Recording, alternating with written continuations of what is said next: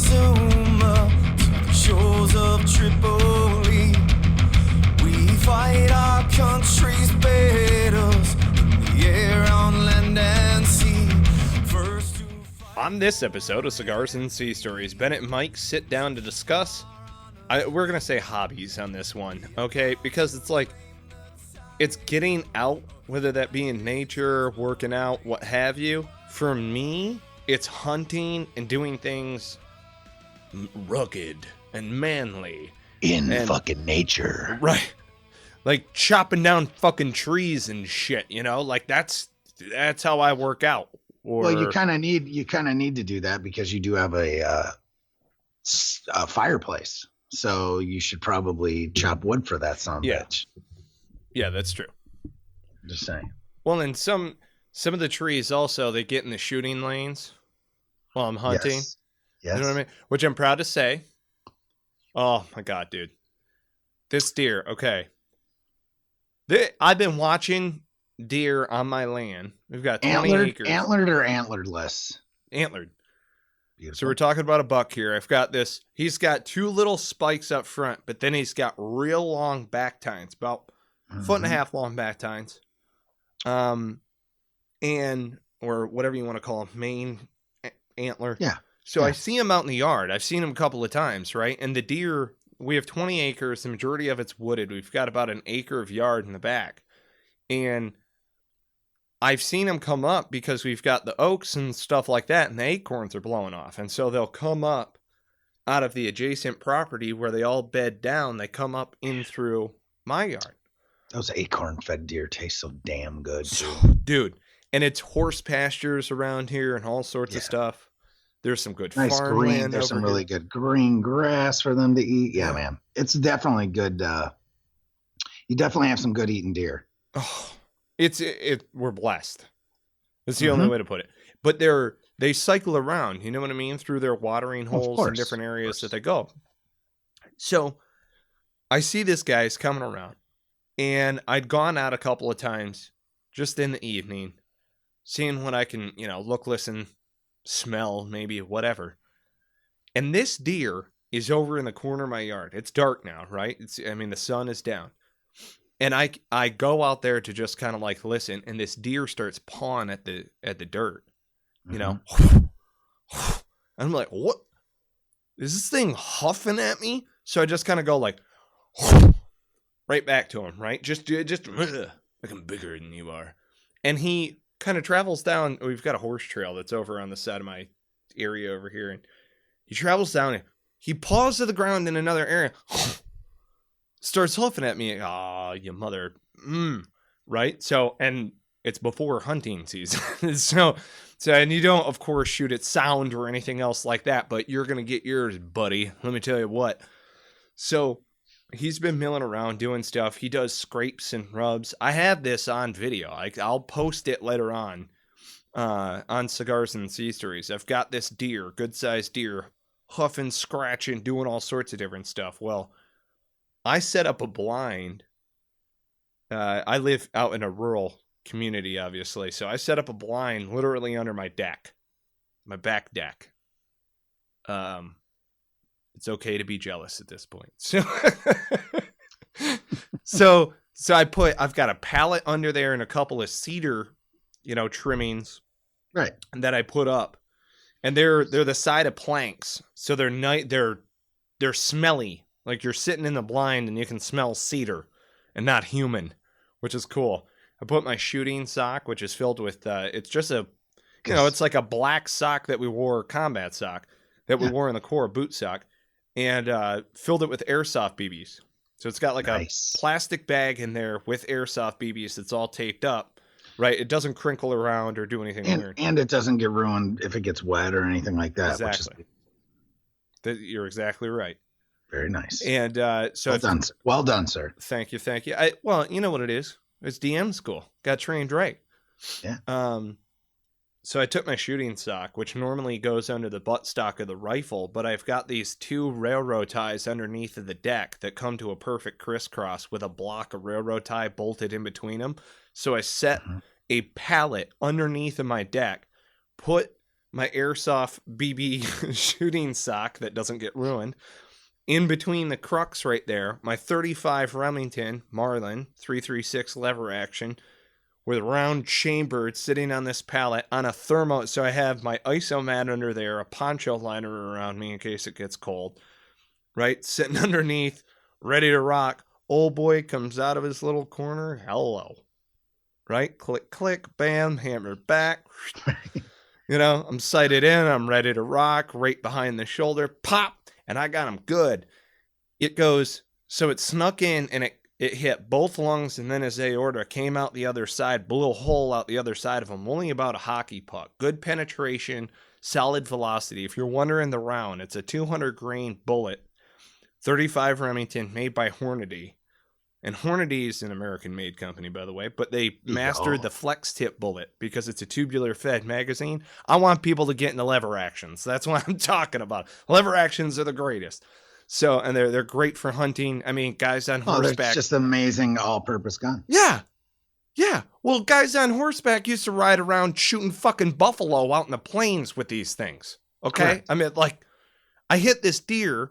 I was shocked that he took off running, but I didn't hit his heart, right? I didn't get that immediate hydrostatic decompression. He was bleeding bad, don't get me wrong. So I go to chamber another round, but I'm shut off, right? SDZ wise. I just can't loose around that way because I'm worried that I'm going to hit my neighbor. Even though she's a ways away, I just don't, you know how it is. Yeah. You know you're talking about what lies beyond it. Right. So I hop up and I'm like, oh shit. I've got my pistol at this point and I'm sprinting across the yard. I mean, I've never ran this fast. I swear to Christ, at least not in the past, I don't know, 4 years or whatever since I left the Corps. Dude, I'll tell you, I was huffing by the end of it. I was fucking huffing, which is why we needed to talk about working out later on. But I haul ass across here. So now here's Mike in head-to-toe multicam, rat boots on, baseball cap, netted veil around my neck, Walther PPQ chambered 9mm with, you know, my CQ or my concealed carry rounds in there. I'm hauling ass over there. I see the deer. He's kind of still like up on the front too and leaning on the rear. Mm-hmm. I grab a hold of a tree in the crooks of my elbow or the left arm, swing around, find that front sight post, put it right to the base of his skull at about 10 yards, pow, and the deer drops down to the ground. I get up to my next, like, you know how you see cover essentially? I get up to my next anchor point. Now I'm about, 5 yards away. Pow! I launch another round into the back of him because his rear legs are still going. I know. It's nerves. I get it. We're fine. So I go up to him, grab a hold of him by his antler and put one right at the back, the base of the brain. So 3 headshots in a row. I'm only 10 yards in. It's not that big of a deal. But I needed to put the animal, I needed to give him mercy. I couldn't let an animal struggle like that, especially that deer. He was a kick-ass deer. So put him out, bam. I go sprinting as fast as I can back across the yard, right? Condition 4, the pistol. Give it to my wife. Condition 4, she knows, because you got to train them. You know how that is. You got to train everybody, including the wife, especially the wife. Condition 4, here you go. Run back out there with a tarp. Put the deer in the tarp. He was a heavy bitch. So now I sprinted across the yard a couple of times. Got a deer in a fucking tarp. Hey, do I hear a workout of a day coming? Just throwing it out there. Got a deer, right, dead weight in a tarp. We're talking probably about 125, 130 pound deer. Hoisted over my shoulder. Or no, I had to drag it with both hands. I couldn't do one hand. Back across the yard backwards. Hauling ass, right? So it's like an acre sprint. I don't know what that translates to in, yards or whatever. Acre sprint back, acre sprint across, acre sprint back, grab the tarp, then you gotta go grab the deer, then sprint back across, put them up in the crooks of the tree, bam, field dress them, hung them up inside of my garage within 10 minutes.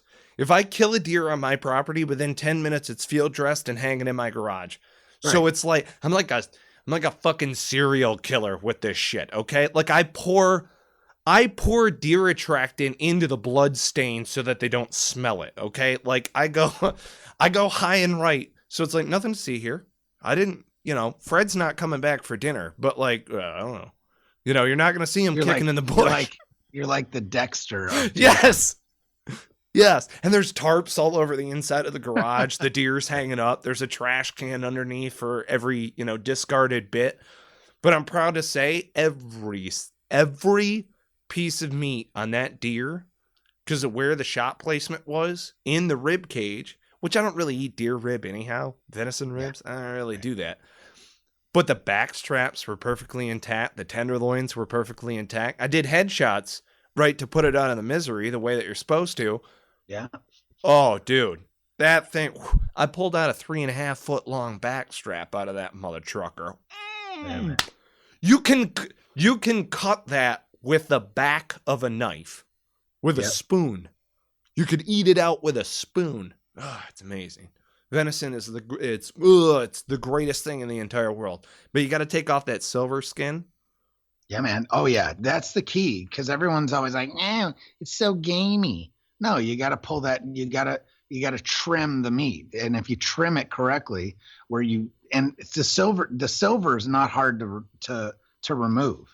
Right. And I'm not saying you have to remove every single ounce of it, but a lot of people have a nice sharp knife, and it's almost like filleting a fish. It is. You just got to exactly grab. Right. I always make that hole, like right underneath it, and loop my finger through it, cut a little bit of the skin, and then I'm able to wrap my finger. Yeah. And then you just trace it down, just like you would do just like you would fillet a fish. And at the end of the day, there's no meat attached to the silver. I mean, very minimal. It's right. It's just that silvering or the membrane, whatever the hell you want to call it. I always call it the silver skin. Yeah. If you get rid of that, man, it's like you could feed, like, I have 4 daughters, one of which is she's a big hunter anyway, but the other 3, if I don't tell them what it is, man, they eat the shit out of it. Right.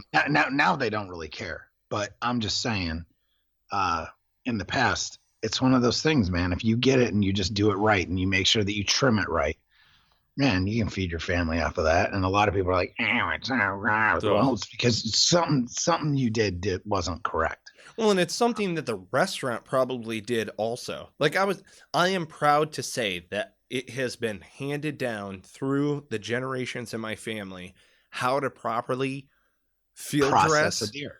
Yeah, but literally I learned everything from how to go out, find where they're traveling. Hunting is all about figuring out what the animals are doing, their behavior, all of that other stuff. It's not about, let's feed out some, or fan out some feed or something. It's not that simple. That's not how it works. So no, you learn the process of how to track a deer all the way to the final, where it's like you're putting it in butcher wrap and how to package it into meal ready portions. Yeah. Right. So I learned that whole process to go from. Now I tracked the deer, right, for weeks before and filmed them, right, from my house to figure out their habits and really what they're doing and what's the bird life around and all sorts of different things, knowing that they're coming in. What are the times? And you got to be ready and still like a stone for when they do. Mm-hmm. But when that bullet goes down range, now you are 100%. First of all, you're 100% responsible for every round that you loose, obviously. But now you're responsible for putting that animal out of its misery. And you need to make sure that that's a 100% kill shot. You can't be wounding something hoping to track it, right? So you've got to have the marksmanship skills. Then you've got to be able to drag the thing out and be able to field dress it. Well, I have no problem going up to my armpits and freaking innards. I don't care. Fresh, steaming, 98.6 degree deer parts. And if you got a problem with that, then probably shouldn't be hunting. Then there's your immediate right. Exactly. Then you shouldn't be hunting. Then you should be hunting with a trained guide who will do it for you. And you better pay that man well. I'm just saying it's an invaluable skill that you can learn. And and you really should. And I'm not saying, I'm not trying to get all apocalyptic or anything, but there's nothing like feeding your family with deer that you've slayed yourself, or any animal for that matter, or take it into the other side, or crops that you have grown yourself. Yeah. Period. There you go. Period. It's like yesterday we went apple picking, me and the whole family, because we live in apple country. Mm-hmm. And literally just south of us, there is a couple different valleys where literally dozens. You literally just you get up on top of a ridge, and all you see is apple trees for all the eyes to see in any direction. Johnny Appleseed been through there. And let me tell you too, those are some good eating deer there. When you start whacking deer that have been grazing on apples for the past freaking month. You know what I mean? Oh yeah. Oh my God. Anyway, beside that point, so we went apple picking, and my kids were just there.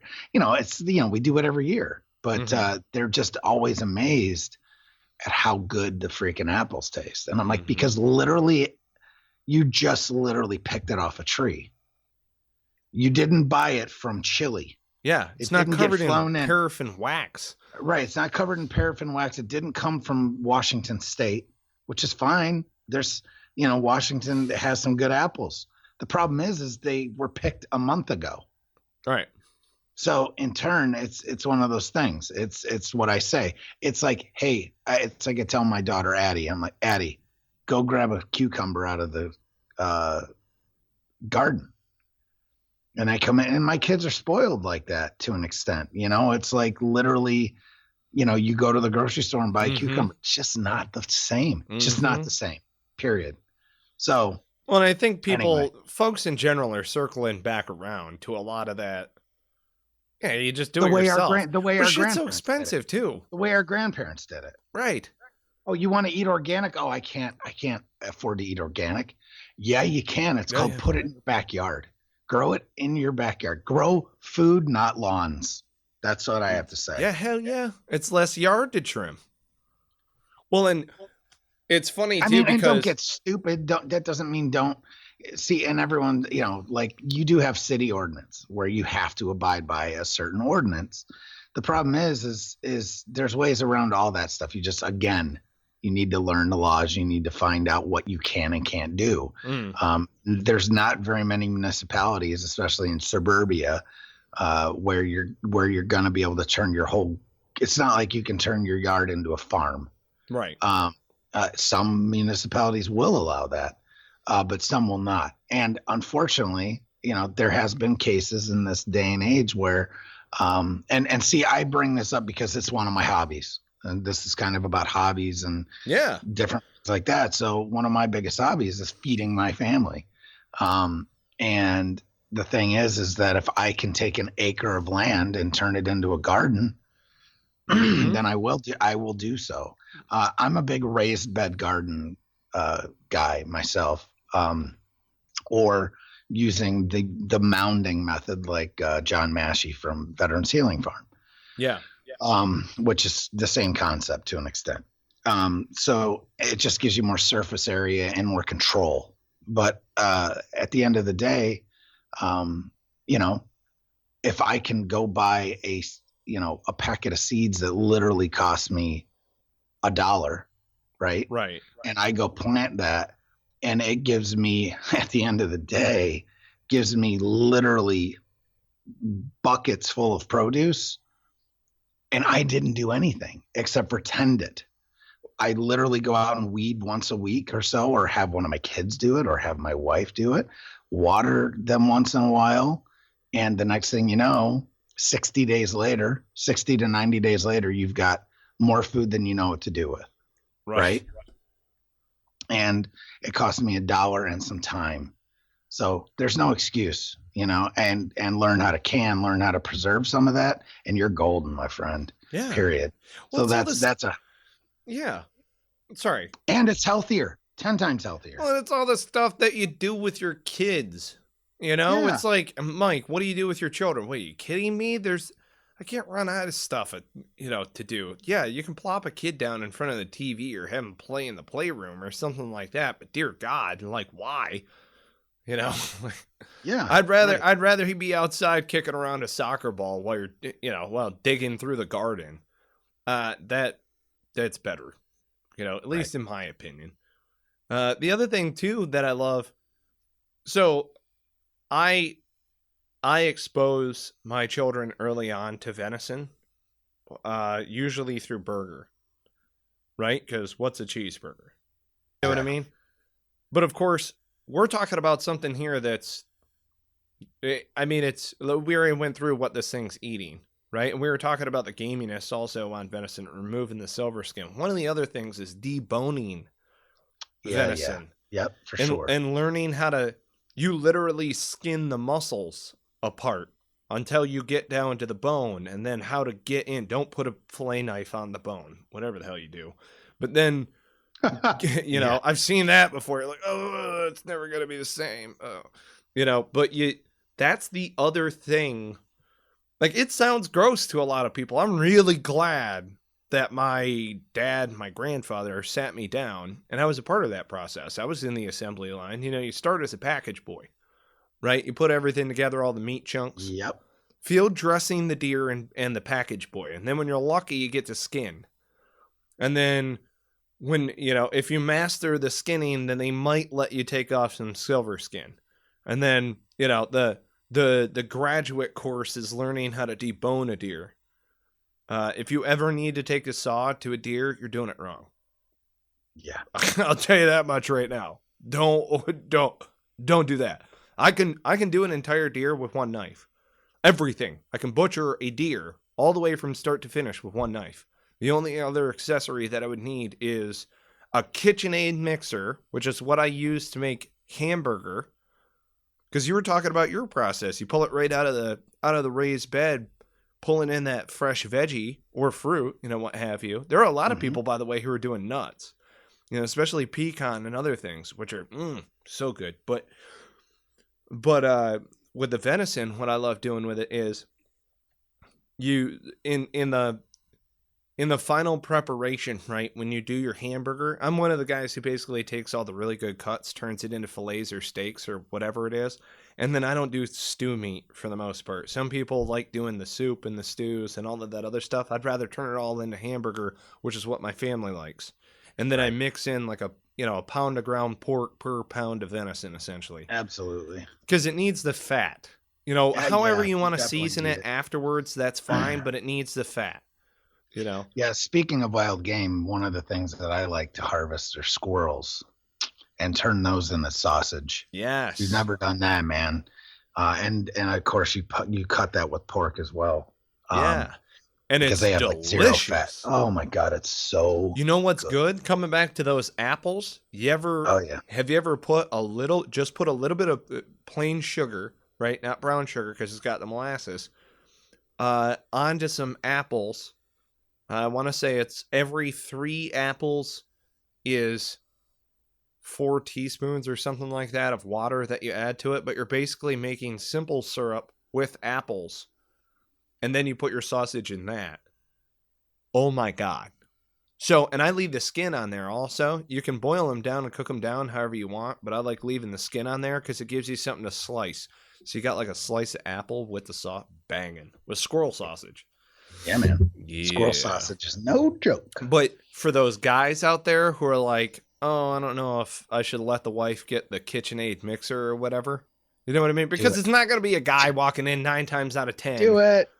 Right? It's not going to be a guy walking in saying, hey, we need this KitchenAid. I'm going to flat out say it.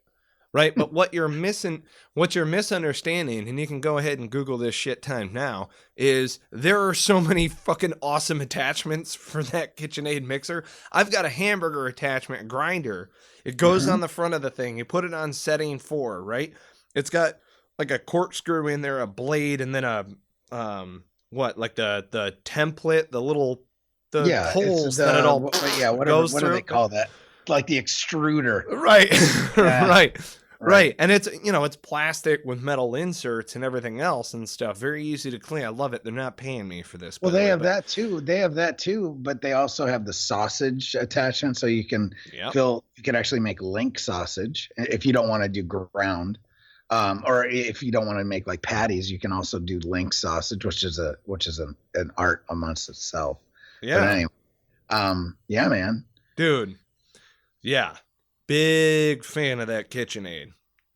So I'm also a big fan of the food processor, the Cuisinart, because that's what I do. The squirrel. That's what I do the sausage with. Is I just get it and pulse it and boom, boom, and yeah, man. You don't even need to go all KitchenAid, but you got to go KitchenAid if you're trying to process deer or something bigger than that. It's just a lot easier to have that. Yeah. That grind.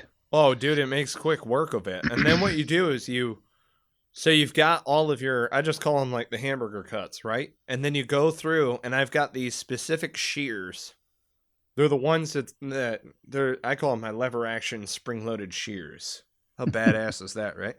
So it's got a loop that goes around, but they're spring loaded towards your hand.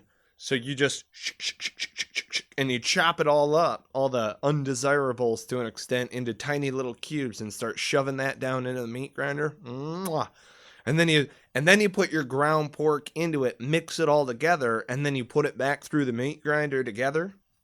Oh yeah. And then that's your base. That's what I use for the base. If I want to go further and make sausage out of it, I can, but that's like another step. And each one of those get frozen in a quart-size freezer bags. Label. Here's the other thing that I do. Some people don't do this. I put the date that the animal was shot, the date that the animal was processed, which is typically the same day. Wrap your brain around that one. And then what the sex of the deer was, so just doe. And then what the cut is that's inside of there.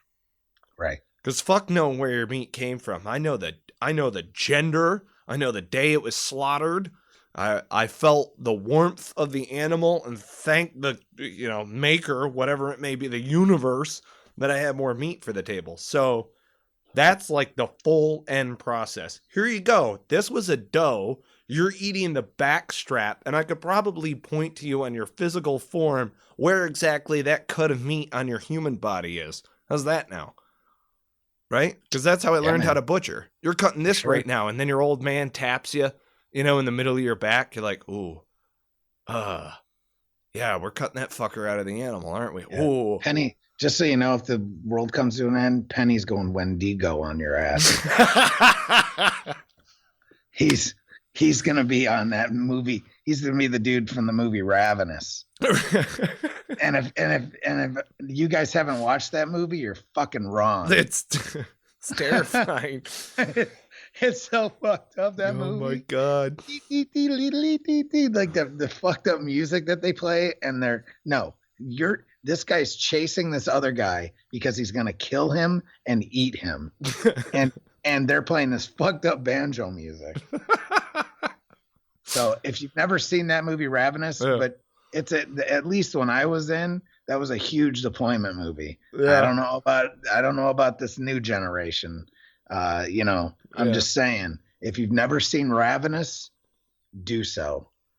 Most public libraries will have it, or nowadays, I'm sure it's on fucking YouTube.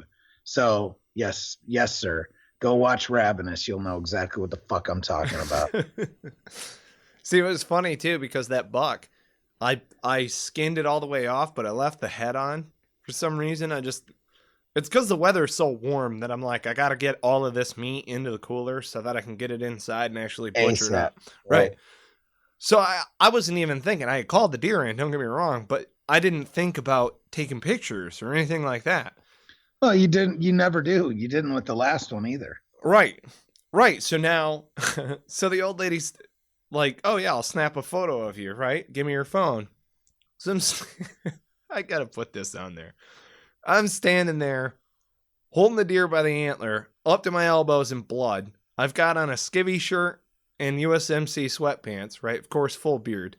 Right. And just shitting and grin. And I'm holding old boy up.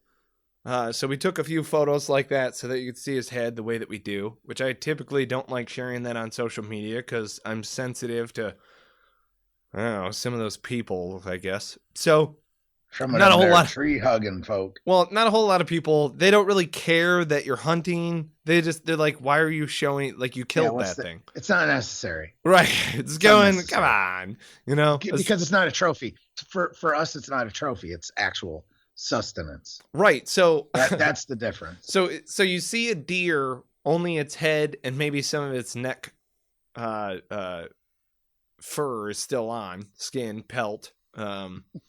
Yeah. And then the rest of the deer is skinned. And those are the pictures that I got. And when my 3-year-old comes out into the garage, he's like, "Ah, what happened to my dad?" And he's like, and Heather's like, no, he it's okay, he's fine. He shot a deer, it's okay. And he's like, oh, you know, and he knows. Like, he was standing there. Right. He drove up last year. Remember when I was skinning the deer outside? Yeah, I've watched him eat plenty of venison as well. So right. So he goes. So at this point, I had shot the deer's head off, and it was sitting on the tarp, right? And then he comes outside, and he's like, "Oh yeah, it's a deer. Look, there's his face. There's his face. There's his face." He just he's like, "Oh yeah, a deer. Yep, there's his face." Fucking Liam.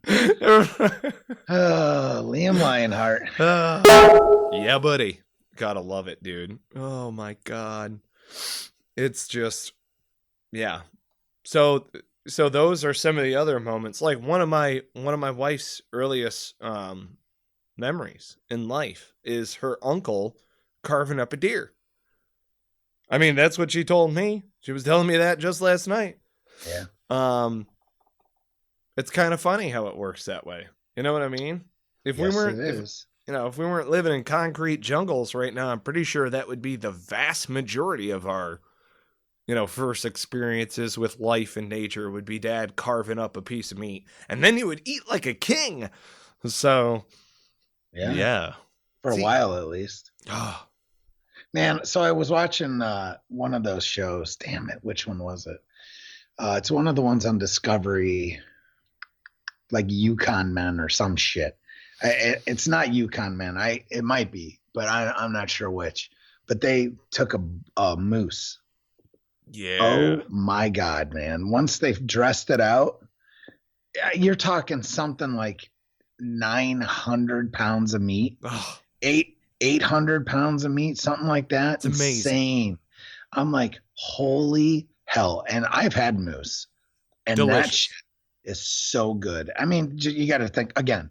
It's about knowing what they're eating, and they eat those aquatic plants for the most part. Man.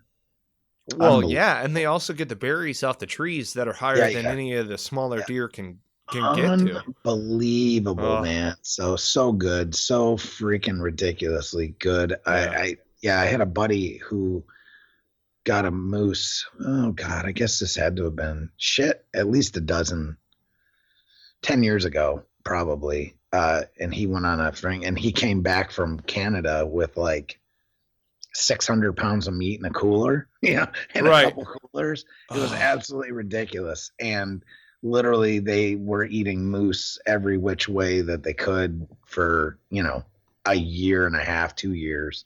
It was freaking nuts. It was crazy. It's so amazing. It is, my friend. The other thing that I like, are, and I got to find out about going to get some here in New York State, because they've got a population now, which is wild boar, hog.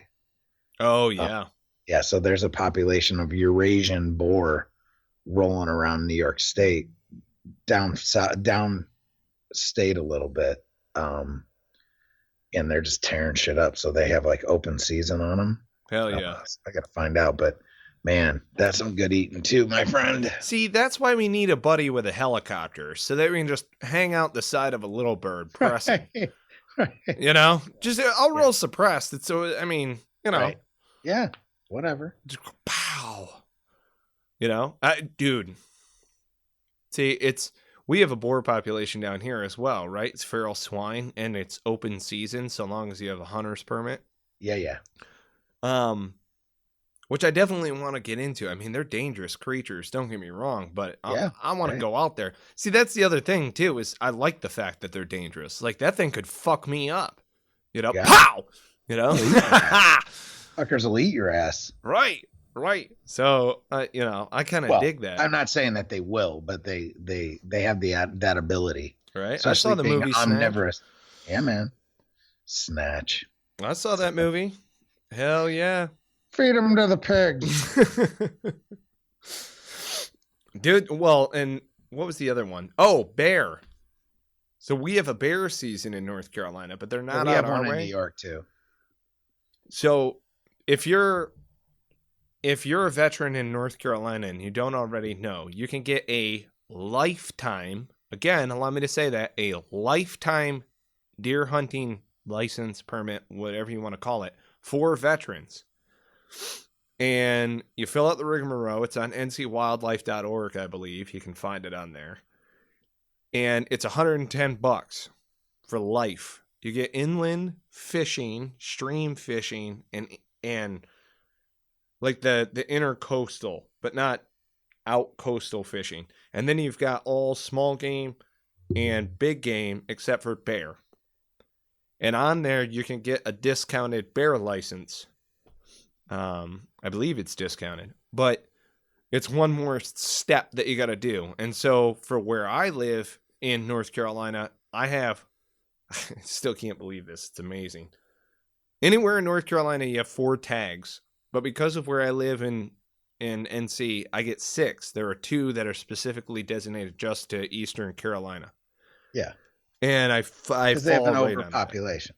Right, exactly. Well, right. So, yeah. So I can tag 6 deer, which is amazing. 2 of them need to be antlered, and then 4. So it's 2 are antlered or antlerless, and then the other 4 are antlerless, which is definitely a sign of overpopulation. I mean, yeah. If it has fur, blow it away. So. Right. Which, yeah. So I'm one of these guys where I'd rather hunt big game and maybe something that could kill me. So maybe we could do feral swine and bear next year or something like that. I don't know. Yeah, man. Else to the yes. But I mean, you know how it is. You can't grow enough fresh veggies. You're going to have it. You can potentially can it, give it away, of course. Right? That helps the spirit on the next go around. Yeah. And I do the exact same thing with venison. And of course, you can barter with one another. See, that's the whole thing. That's why it's fun being, right? Without sounding like a crunchy or anything here. If I do venison and you do vegetables, can we just like trade? Yeah. We do. That's how you do it. This is why we need to have the compound. Right? The compound. The communal living situation. Where I'm not saying living together. I told you we're not doing a nudist colony for the last time. Shoot! Dude, your knee knocker scares the shit out of me, and I don't want to see it. I keep trying to sneak it in there. So dirty. We're all naked in the woods hunting deer. Oh, unreal. Covered in blood. We're gonna strip. That's what I'm gonna do next time. I'm gonna go full Dexter, and I'm gonna be covered in deer hunter. Yeah. Oh my god. Yep. That's what we talk about on our podcast. Don't forget to subscribe, rate, and review the show. You can find us now on iTunes, Stitcher, Player FM. Pretty much anywhere that you enjoy listening to Cigars and Sea Stories. And if you don't see it on one of your favorite aggregators, say you've got one, like you're an Android user and you really like this specific one, tell us. If you don't see us on another aggregator, tell us. And we'll happily go out that way. So, yeah. Oh, Easy stuff. We need more people to just be like, oh, yeah, my hobby is this. Or like I want to turn something into this, buckskin, right? Yeah. I want to tan the thing. Like do moccasins or something. Right. That'd be dope. Loincloths. Moccasins cover the whole bottom in shoe goo and then rub it around in like crushed up tire. So you got a completely moldable rubber sole to go walking through the woods. Be quiet as shit.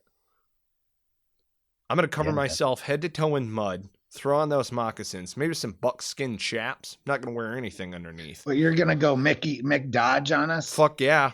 Going full blown Mick Dodge. Only I'm going to jump down out of the trees and fucking stab deer to death. God. I think it'd be awesome. Rocking like a buckskin codpiece. Nice. And a helmet made out of an 8-point or something. Just go high and right with it. How do you hunt, Knife? Yep. Knife. Is there a nice season in this state? I was going to say, is there a season for that? Can I hunt? How do you hunt? How do you want to hunt? Bow? Nah. Gun? Nah. Knife. I'm going to show up to a town hall meeting dressed in buckskin, covered in furs. Be like, excuse me, I noticed that we haven't addressed anything yet. Is there a knife hunting season? I prefer a 4-inch Gerber myself, and I just want to stab that fucker in the throat.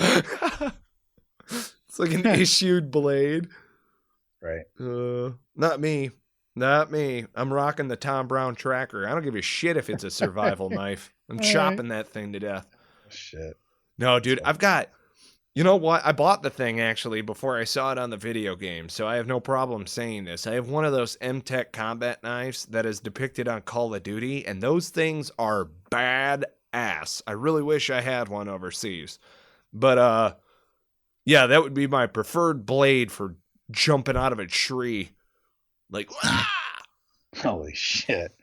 I would have, like, a signature, like, hey-ya! Just... Right.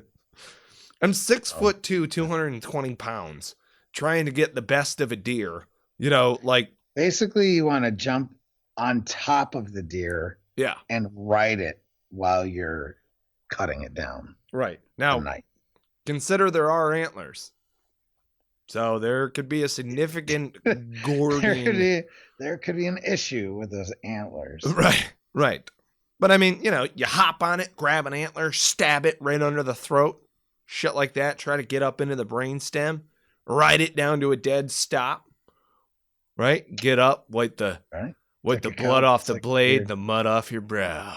Weird kind of cowboy fantasy thing going. Fuck yeah. There. Yep. It's not weird at all. Hell yeah. Field dress them and then wear them out of the woods. Do it. Straight Revenant style. Have you seen that movie, The Revenant? No, I haven't. Oh my God. Treat yourself. Treat yourself, fool. Lock yourself into a room. It's a mandate with you. You're not going to want to pee in the middle of that movie. I'm going to tell you right now. I sat down and watched that movie. Leonardo DiCaprio, because I know that you're a fan, bro. All right. You did a great job on this one, okay? Fantastic. And the firefight scenes that are in it, like my buddies who like the big Hollywood extravaganza films or whatever, like, no, couldn't stand that fucking movie. It was too slow. I'm like, You're out of your fucking mind. Like, they're hacking each other to bits with tomahawks and fucking shooting each other. Like, this is about, the true story is about Hugh Glass, who was mauled by a bear and they left him for dead. He low crawled like 200 miles across what is now the Dakotas, right? Yep. In that general region, found the guy. One of them went to jail. The other one, I think he killed. But the only reason why he wanted to find those fucking dudes is because they stole his fucking rifle. Right. Which I think is badass. It is badass. That's the true story of Hugh Glass. The movie, The Revenant, they have to add in his half white man, half Native American son, who there's a whole storyline behind that, and I don't want to ruin the movie, but the reason why I bring it up is because he cuts open a fucking horse and climbs inside of it, right? Like Luke in fucking... It's like he's cutting open a tauntaun. Right. This is gonna smell like hell, but it'll keep you warm. So he field dresses this deer, climbs inside of it like a mummy bag, strips naked, mind you, then climbs inside of it like a mummy bag because a snowstorm is coming in. And there was something else that was going on that I don't want to give away the plot. That is badass. And I don't know. I just, I consider myself a pretty hard individual. I like a good challenge, right? You know what I mean? But damn. Dude. It's cold as fuck. I mean, it's so cold that you took off all of your furs and leathers, cut open an animal, and climbed inside of the thing in order to stay warm. And by the way, when he woke up, snow is like on top of him. You know what I mean? It's like a healthy dusting. That glistening snow that's just super fucking cold. Yeah, man. But he got his rifle back. So awesome. Which I'm telling you right now, if you steal my rifle, yeah, I'd low crawl 200 miles to fuck you up. Yeah, why not? Yeah, dude, it's crazy. And the movie does it justice also. Just the bear scene alone. A fucking bear comes up, throws him around and mauls the shit out of him. And then they abandon his ass. I mean, like, that's the true story, right? That's what's depicted in the film as well. But then, man, badass, dude. See, that would have been me back in the day, like mountain man guy. Yeah, man. I would have done that. I would have been a mountain man. It's a solitary life, but that's cool. I would have found a nice woman, settled down, maybe a log cabin. I don't know. Fuck am I talking about at this point?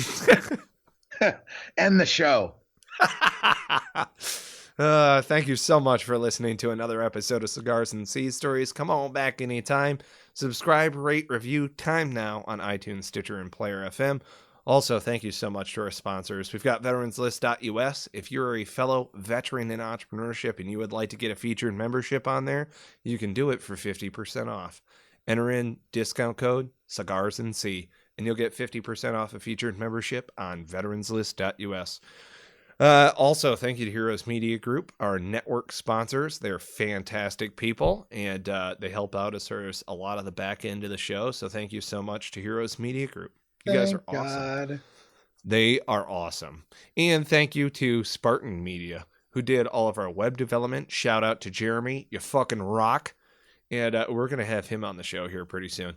So huge thank you to Spartan Media, a fellow Marine 03 doing work in the digital empire realm. So I think that's pretty cool. Mm-hmm. There you go. That's how it's done. Give us your comments. Tell us your hobbies. Tell us, maybe some hunting sea stories of your own. So there you go. All right, folks, that does it for another episode of Cigars and Sea Stories. And on that note, we cue the music. From dawn to setting sun.